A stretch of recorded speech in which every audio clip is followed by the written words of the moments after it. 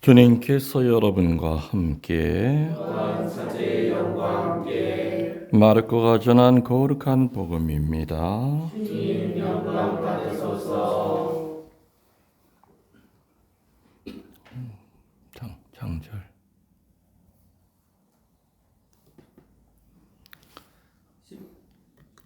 14절, 14장 12절에서 16절, 22절에서 26절까지의 말씀입니다. 무교절 첫날 곧 파스카 양을 잡는 날에 제자들이 예수님께 스승님께서 잡수실 파스카 음식을 어디에 가서 차리면 좋겠습니까? 하고 물었다. 그러자 예수님께서 제자 두 사람을 보내며 이르셨다. 도성 안으로 가거라. 그러면 물동이를 메고 가는 남자를 만날 터이니 그를 따라가거라. 그리고 그가 들어가는 집의 주인에게 스승께서 내가 제자들과 함께 파스카 음식을 먹을 내 방이 어디 있느냐 하고 물으십니다 하여라. 그러면 그 사람이 이미 자리를 깔아 준비된 큰 2층 방을 보여줄 것이다. 거기에다 차려라. 제자들이 떠나 도성 안으로 가서 보니 예수님께서 일러주신 그대로였다. 그리하여 그들은 파스카 음식을 차렸다. 그들이 음식을 먹고 있을 때에 예수님께서 빵을 들고 찬미를 드리신 다음 그것을 떼어 제자들에게 주시며 말씀하셨다. 받아라. 이는 내 몸이다. 또 잔을 들어 감사를 드리신 다음 제자들에게 주시니 모두 그것을 마셨다. 그때 예수님께서 그들에게 이르셨다. 이는 많은 사람을 위하여 흘리는 내 계약의 피다. 내가 진실로 너희에게 말한다. 내가 하느님 나라에서 새 포도주를 마실 그날까지 포도나무 열매로 빚은 것을 결코 다시는 마시지 않겠다. 그들은 찬미가를 부르고 나서 올리브산으로 갔다. 주님의 말씀입니다.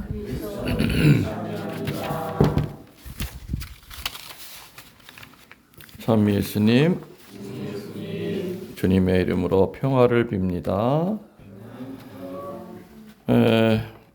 아마 유튜브 강론 들으시는 분들은 오늘 신부님 혼자 미사하는 날인데 앞에 사람들이 있다 부러워하면서 또 샘도 많이 나실 거고 원래는 없는 날이 맞습니다. 근데 갑자기 교우들 두 가정 합치면 세 가정이네요.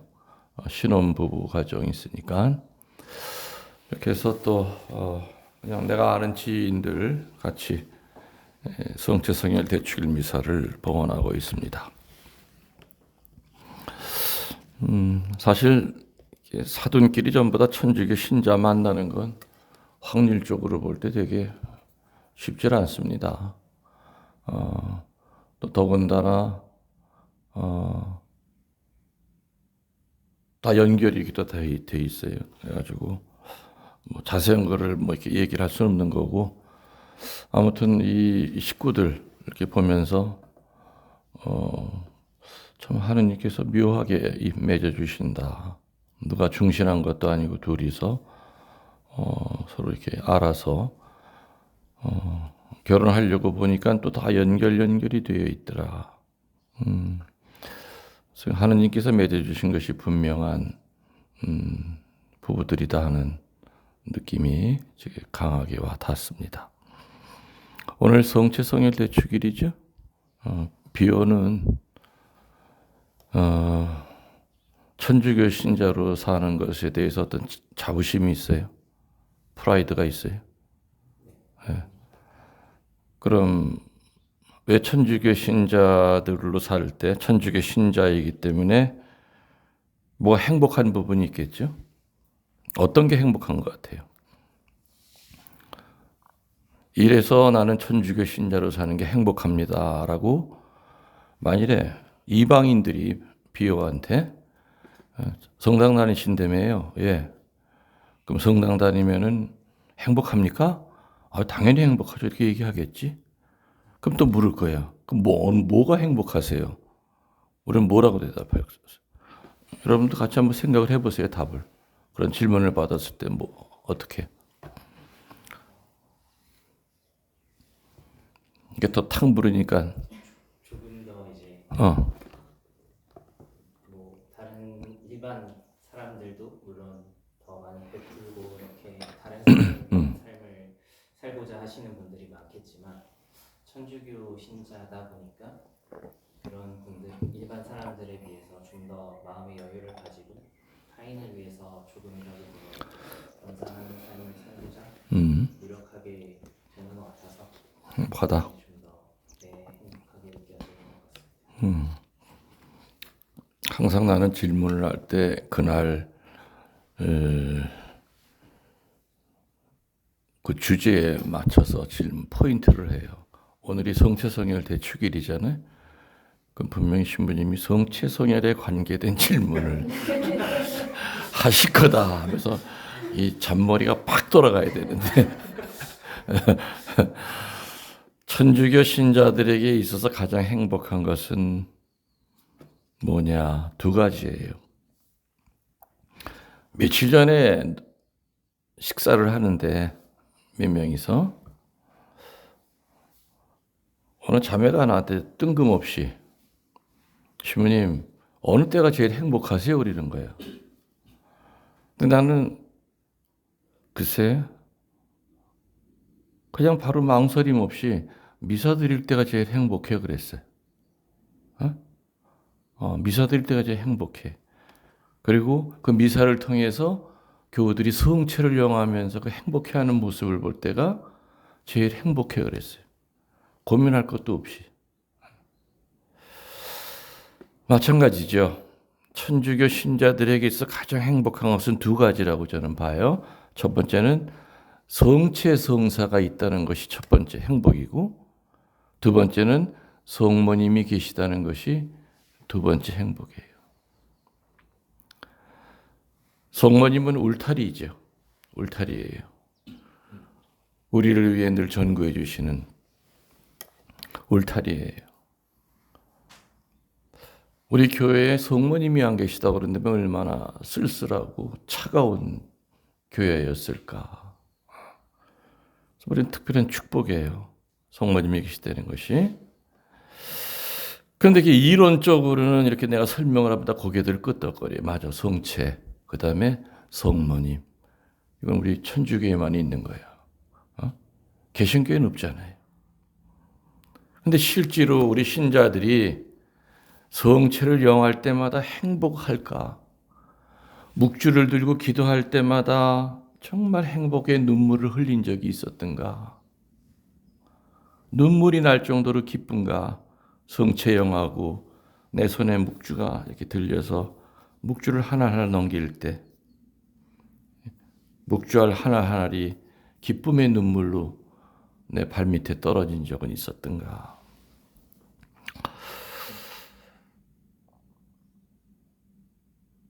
모든 크리스찬들이 전부 다 성체 신심이 있는 건 아니에요. 또 모든 크리스찬들이 다 성모 신심이 있는 건 아니죠. 근데 오늘은 성체 성혈 대축일이기 때문에 성모 신심에 대한 이야기는 내가 이 자리에서 할 필요가 없고, 이 성체 신심, 예수님의 그 세 가지 유언이 있었어요. 우리들은 부모님이 자식들한테 이거 꼭 해라 그러면 우리 지키려고 기를 쓰죠. 그리고 그걸 못하면 스스로 불효자식이라고 하는 죄의식을 갖고 살게 돼요. 근데 예수님이 돌아가시기 전에 세 가지 유언을 하셨단 말이에요. 뭐 틀려도 되고 순서도 안 맞아도 되고 혹시 기억나는 거 있습니까?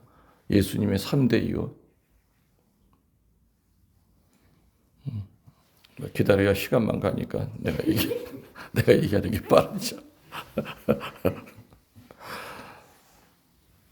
세 가지 유언 중에서 그냥 순서 없이 첫 번째는 세상 사람들이 하나가 되게 해주십시오. 그 다음에 두 번째 유언은 서로 사랑하여라. 그리고 마지막 세 번째 유언이 바로 지금 얘기한 내 살과 내 피를 먹고 마셔라. 근데 서로 사랑하여라라는 유언이랑, 물론 예수님의 사랑은 성서 전반에 다 걸쳐 있죠. 예수님의 사랑 때문에 치유도 하시고 마귀도 쫓아내시고 다 한 거예요. 그리고 세상 끝날까지 복음을 선포하여라. 근데 유난히 세 번째 복음인 내 살과 내 피를 먹고 마셔라 하는 것은 7번이나 계속 반복을 하셨어요. 그게 어디 나오냐? 그 유명한 요한복음 6장 50절에서 58절에 보면은 내 살과 내 피를 먹고 마셔야 영원한 생명을 얻게 될 것이고 마지막 날에 내가 너를 살릴 것이다 하는 이 유언이 무려 7번이 반복이 돼요. 성경 어디를 봐도 예수님이 똑같은 얘기를 이렇게 7번을 반복한 데는 유일하게 여기밖에 없어요. 그래서 요한복음 6장 50절에서 58절 때문에 사실은 개신교에서 천주교로 개종한 사람들이 의외로 많아요. 이걸 읽다 보면은 개신교 신자들 성서 열심히 읽죠. 읽다 보면 여기에 딱 걸리는 거예요. 이게 뭐야? 주님께서 당신의 살과 피를 먹고 마시라고 그랬는데 왜 우리는 안 먹지? 뭐 먹어봐야 1년에 몇 번 빵 사다가 형식적으로 나눠주는 것뿐이에요. 그럼 이게 중요한 건데 성경에 여기만큼 강한 예수님의 유언은 없습니다. 내 살과 피를 먹고 마셔야 된다. 그런데 이 성체를 바라보는 세 가지 시선이 있어요. 크리스찬이라고 해서 다 똑같이 성체를 바라보는 모습이 같지 않다 이거죠. 성모신심도 마찬가지예요. 개신교든 천주교든 동방정교회든 신랍정교회든 아무튼 예수님을 믿고 있는 모든 크리스찬들이 성체를 바라보는 모습이 한결같으냐 성모님을 바라보는 모습이 한결같으냐 그건 아니라는 거죠. 그래서 성모신심 얘기는 지금 할 계제가 아니고 성체를 바라보는 세 가지의 시선이 있습니다. 첫 번째, 성체의 그 뜻을 모르거나 그냥 단순히 상징으로만 생각하는 사람들. 수많은 비신자들은 성체의 뜻을 알겠어요? 모르죠? 성당 안 나가는 사람들이 그 영화에 보면은 신부가 미사할 때 뭐 빵을 들어 올리는 데는 뭐라고 중얼중얼 되는데 천주교 신자들은 숨도 못 쉬고 그냥 뭘 하나씩 나눠줘. 뭔지. 가끔 미사할 때 보면은 친구 따라서 성당에 온 비신자들이 가끔 있어요. 아니면 친구가 끌고 왔겠죠. 근데 그 친구가 영성치 할 때는 자리에 앉혀놔야 되는데 그게 따라 나선 거야. 친구가 나가니까. 그것은 성체 줄 시간인데. 신자 아닌 사람들은, 신부님들은 바로 알아요. 그리스도의 몸 하면은 두 손으로 이렇게 내밀고 지가 뺏어가려고도. 그래서 세례 받으셨어요? 그러면은 아니요. 이건 세례 받은 사람들만 영하는 겁니다. 나중에 세례 받으신 다음에 나오세요. 그러면은 어떤 사람 얼굴이 빨개져, 좀 창피한 거지. 예. 그런 사람도 있고 또 어떤 사람들은 친구한테 막 따지는 거예요. 아니 세상에 그 보니까 뭐 몇백 원 얼마 돼 보이지도 않는데 그 조그만 걸 뭐 지들끼리만 먹고 있고. 그래도 손님이 오면 제일 먼저 음식 대접하는 거 아니야? 하면서 친구한테 천주교 쌀쌀 맞다고. 그 사람 모르는 거죠. 성체가 뭔지. 전혀 모르는 거예요. 성체를 모르는 사람한테는 아무 의미도 없고, 그리고 그러니까는 그냥 나와서 그냥 받아 먹나 보다. 성당 가면 저거 다 알아서 그냥 하나씩 주나 보다 생각하는 거죠. 수많은 비신자들은 성체의 의미를 전혀 모르고 삽니다. 또 수많은 개신교 신자들도 성체가 그리스도의 몸을 상징하는 것에 불과하다는 상징이라는 그 생각만 갖고 있기 때문에 중요시 여기질 않죠. 그래서 개신교 신자들에게는 우리가 생각하는 그 성체의 의미가 아니죠. 아무런 유익을 주지를 못합니다. 그래서 비신자들은 성체라는 것 자체를 모르고 개신교 신자들도 1년에 몇 번 하지만은 우리 가톨릭에서 얘기하는 그 안에 정말 예수님이 현존하다고 하는 그 개념이 아니죠. 그냥 2000년 전에 그 최후의 만찬을 그냥 재현하는 것뿐이에요. 그 의미밖에 없어요. 이게 첫 번째 성체를 바라보는 첫 번째 시선이에요. 두 번째 시선은 뭐가 있느냐? 형식적으로 습관적으로 영성체하는 사람들이 있죠. 많은 천주교 신자들이 머리로는 성체를 예수님의 몸이라고 생각해요. 교리 때도 배웠어요. 그리고 이해하려고 애를 써요. 그렇지만 실제로는 영성체하는 순간에 너무나 형식적이고 습관적으로 영성체를 하기 때문에 정말 성체 안에 계신 예수님과 친밀한 그 사귐을, 커뮤니오의 그 관계를 나누지 못한다는 얘기죠. 그래서 준비된 마음 없이 의무적으로 참석할 수밖에 없고 영성체합니다. 아까 처음에 내가 질문한 것이 천주교 신자들에게 있어 가장 행복한 것이 뭐냐고 물었죠. 정말 행복을 느낀다면 성체 영할 때마다 일주일에 한 번 영하는 거 가지고는 못 견뎌요. 시간 날 때마다 평일 미사라도 나가서 우리 혈압약 매일 먹듯이 영하려고 성체를 가까이 하려고 애를 쓰죠. 또 어느 성당이든지 성체를 모셔 있는 데를 뭐라 그러죠? 감실이라고 그래요. 그 감실 앞에 시간 날 때마다 머물려고 애를 써요. 애를 써요. 내가 아는 어느 의사 선생님은 아주 독실해요. 그 양반은 단 하루도 성체 주배를 빠뜨린 적이 없어요. 언제 하느냐? 출근하기 전에. 출근하기 전에 못하면 끝나고 나서 집에 갈 때 늘 30분 이상씩 성체 앞에 앉아가지고서는 오늘 내가 만난 환자들한테 어떻게 했는가? 내가 나한테서 예수님의 모습을 내가 보여줬던가? 아주 훌륭해요. 그냥 되게 겸손해요. 그래서 성체를 가까이 하는 사람들의 특징은 굉장히 겸손해요. 그렇지만 많은 천주교 신자들이 너무나 형식적으로 습관적으로 준비 없이 의무적으로 참석할 때가 많다는 거죠. 그리고 미사 후에도 자신이 감실인 것을 잃어버려요. 성체가 내 안에 들어오면 내 안에 성체가 모셔져 있죠. 그래서 우리들은 걸어다니는 감실이 되는 거예요. 내 안에 예수님 모시고 있기 때문에 움직이는 감실이죠. 내 자신이 그렇게 거룩한 몸으로 바뀌었다는 걸 모르고 여전히 자기 중심적으로 세속적인 생활을 해나간다는 얘기죠. 그래서 그런 사람들에게 있어서는 성체는 삶에 큰 힘이 별로 되지를 못합니다. 못하죠. 세 번째가 성체 신심을 생활화하는 사람들이 있어요.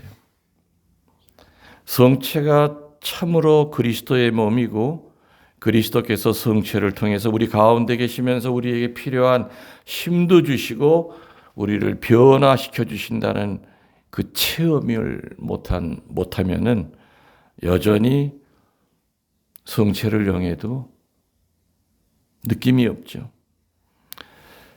자주 성체 조배를 합니다. 성체 신심을 생활화하는 사람들. 아까 얘기한 그런 닥터처럼. 그리고 자신의 모든 일을 예수님과 의논해요.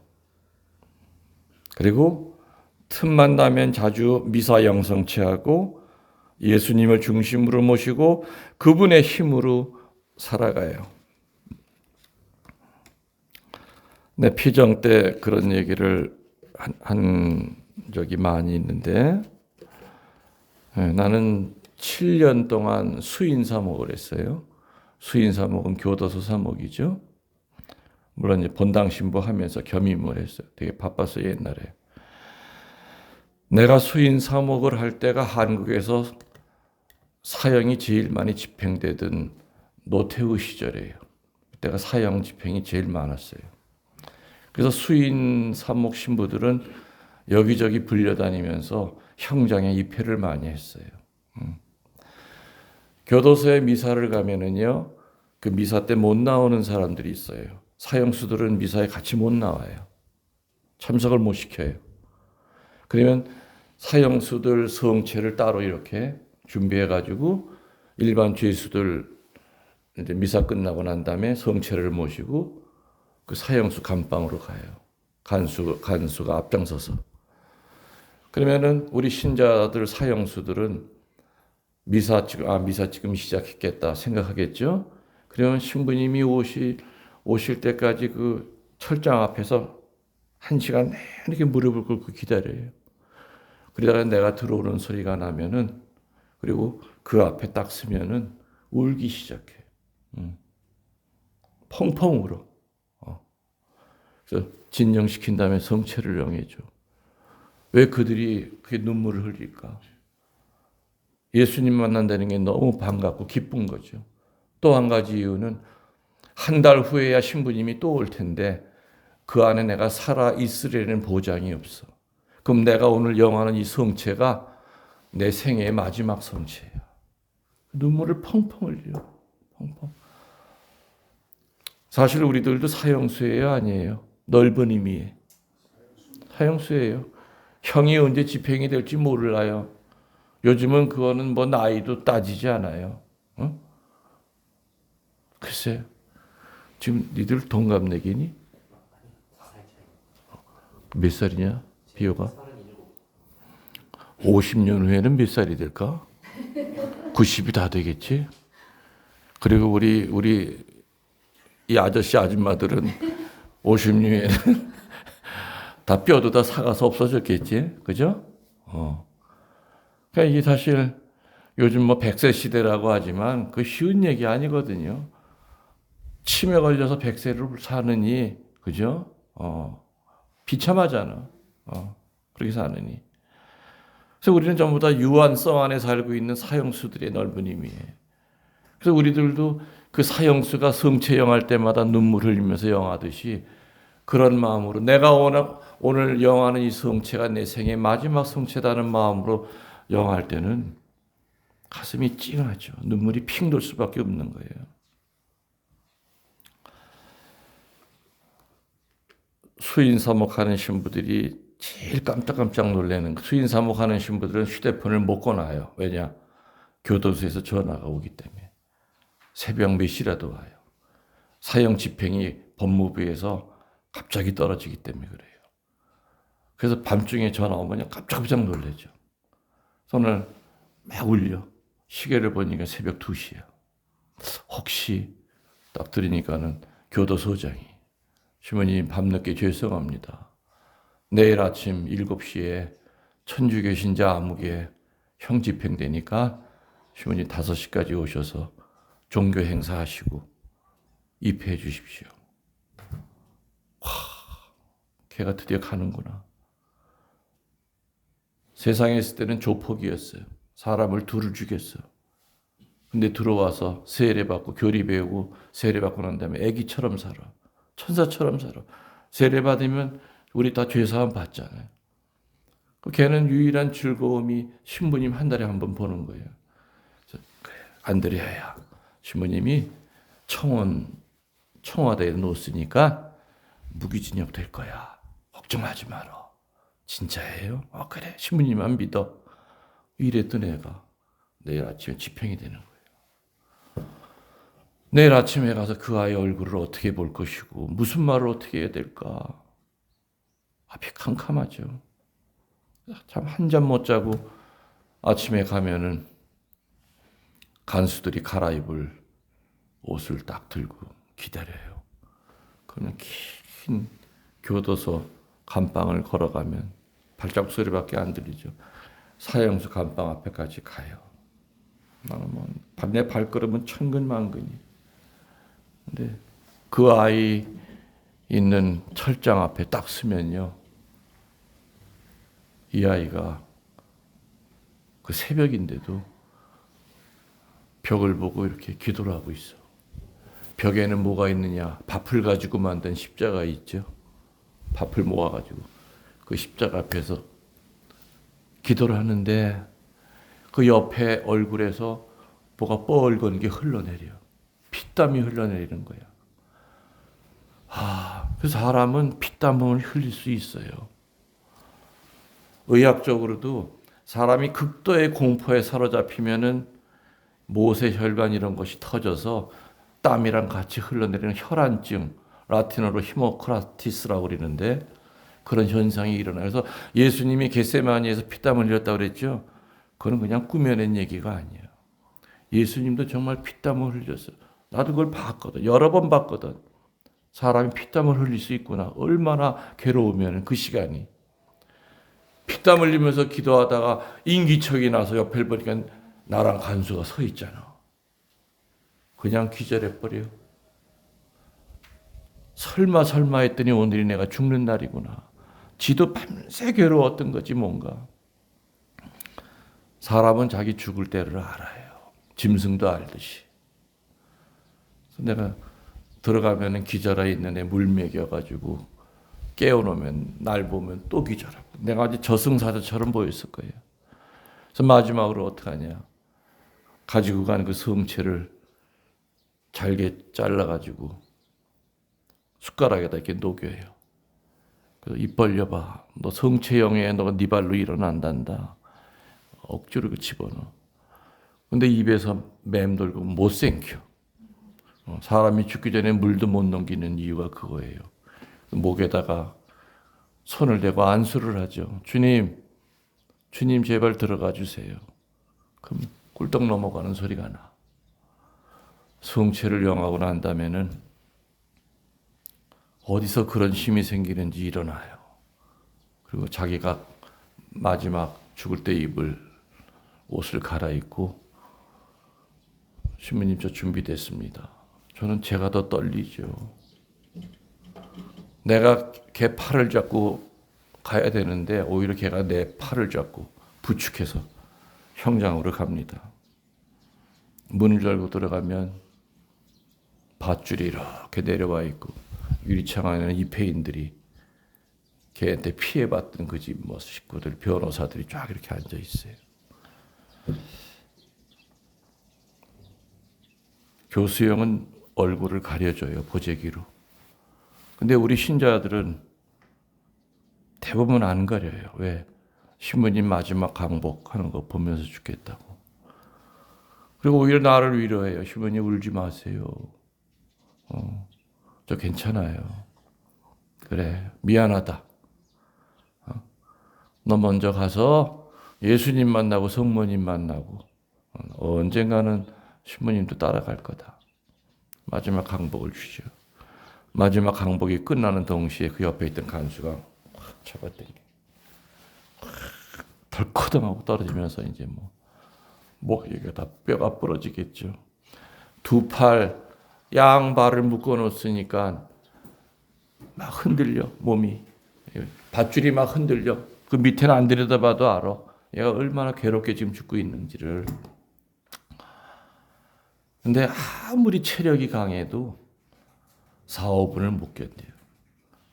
몇 분 지나고 나면 밧줄이 딱 섰버려요.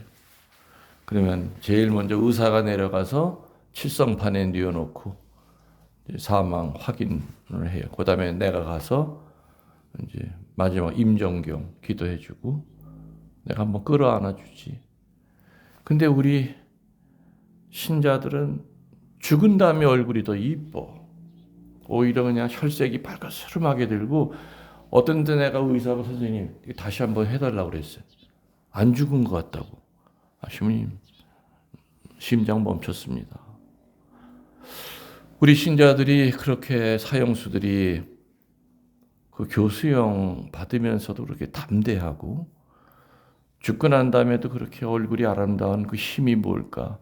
한 달에 한 번씩 영했던 그 성체예요. 그 성체의 힘으로 그 죽음 앞에서도 두려워하지 않고 담대할 수 있었던 것이다. 그것이.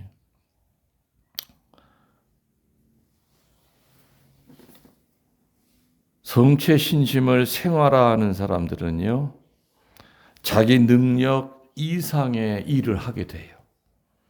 성체를 영하는 사람들은 자기에게 없는 능력이 나와.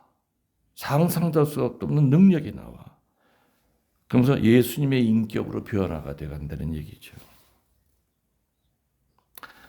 성체는 천상의 약입니다. 세상 보약이 아무리 좋아도 설령 천수를 다해 살 수 있는 약이 있다 하더라도 성체만 못하겠죠. 성체는 영생을 보증해 주기 때문에 그래요. 여러분들 그런 얘기 알죠? 옛날에 아버지가 중병에 들렸어. 효자들은 산으로 다니면서 온갖 약초를 캐서 아버지를 약을 데려들어 날 기미가 없어. 근데 어느 날 중이 지나가다 시주를 하려고 들어왔다가 쌀 한 대박을 퍼주니까 중이 용한 중이야. 아이고 환자가 집안에 계시네요. 그러면서 뭐라고 한마디 했느냐. 사람의 살을 짜서 먹이면 될 텐데. 그 얘기를 듣고 아들은 어떻게 해요? 칼을 갈아서 자기 허벅지 살을 도려내. 그리고 약탕제 안에다가 자기 살이랑 같이 집어넣어서 약을 데려. 그러고 난 다음에 그거를 짜서 그릇에다 담아서 아버지 입에다 똑똑 떨어뜨렸더니 하늘이 아들의 효성에 감동했는지 아버지가 살아났다 그런 얘기가 있어요. 성체는 반대로죠.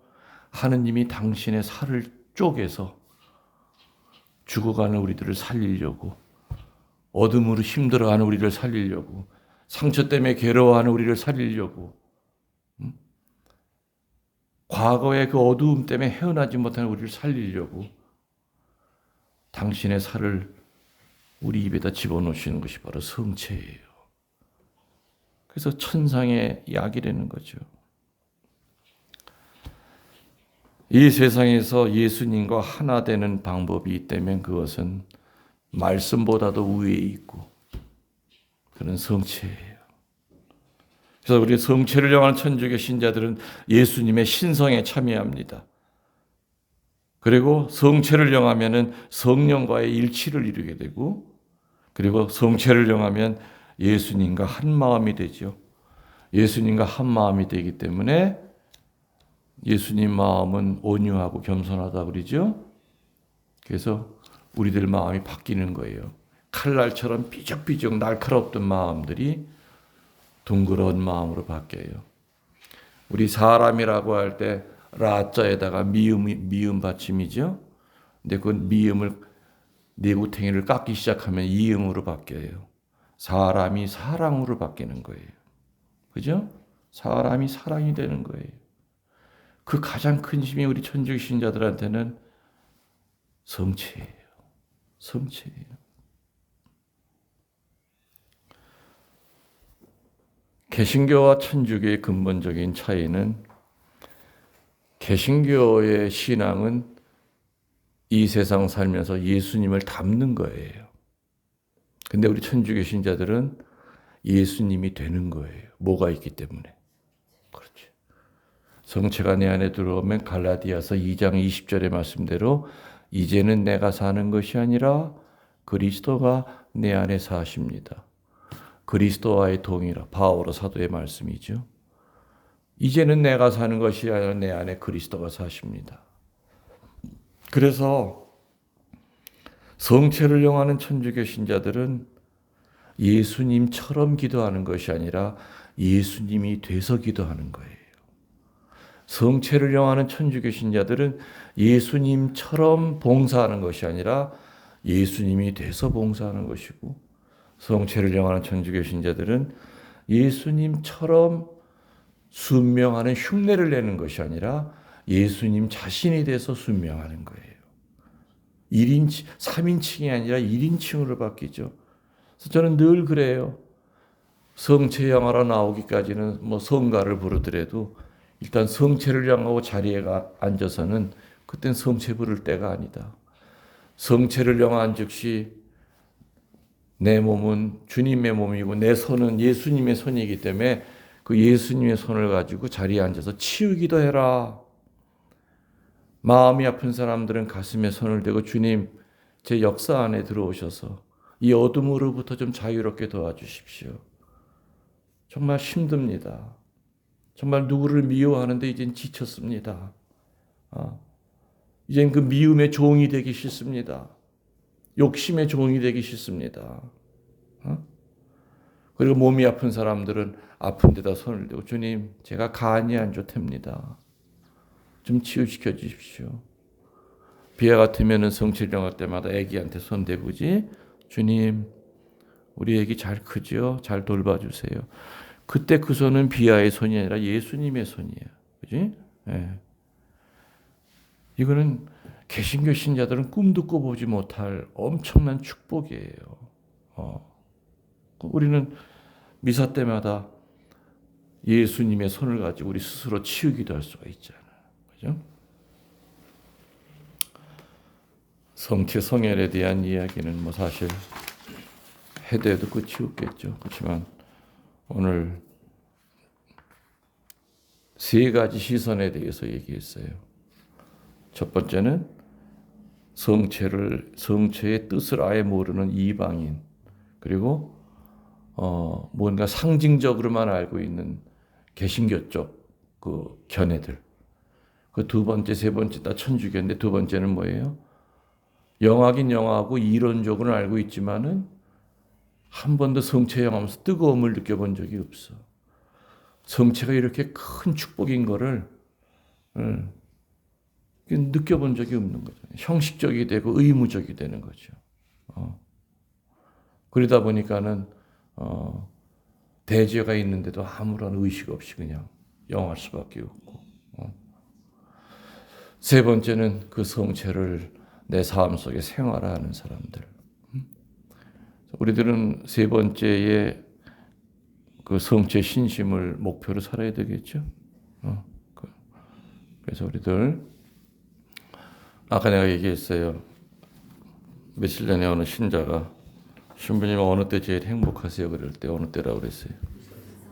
미사 드릴 때. 그리고 은퇴하고 나니까 나 혼자 미사할 때가 많죠. 평일날은 거의 나 혼자 해요. 여기까지 안 올라와요. 이따가 내가 보여주겠지만 내 서재에 그 책꽂이 하나를 이렇게 밑에를 비워서 거기에 앉아서 혼자 미사 드려요. 얼마나 행복하고 좋은지 몰라. 그리고 신자들이 성체를 영하고 미사 들어올 때 얼굴과 미사 끝나고 집에 갈 때 얼굴이 달라져가는 그거를 보면 행복한 거예요. 아마 이런 행복은 나만이 아니라 모든 사제들이 같이 느끼는 행복이 아니겠는가. 제대로 살려고 한다면 사제들이. 네. 그래서 오늘 성체성혈 대축일 날 이곳에 불러주신 하나님께 감사드리면서 우리의 신앙을 고백하도록 합시다. 전능하신 천주 성부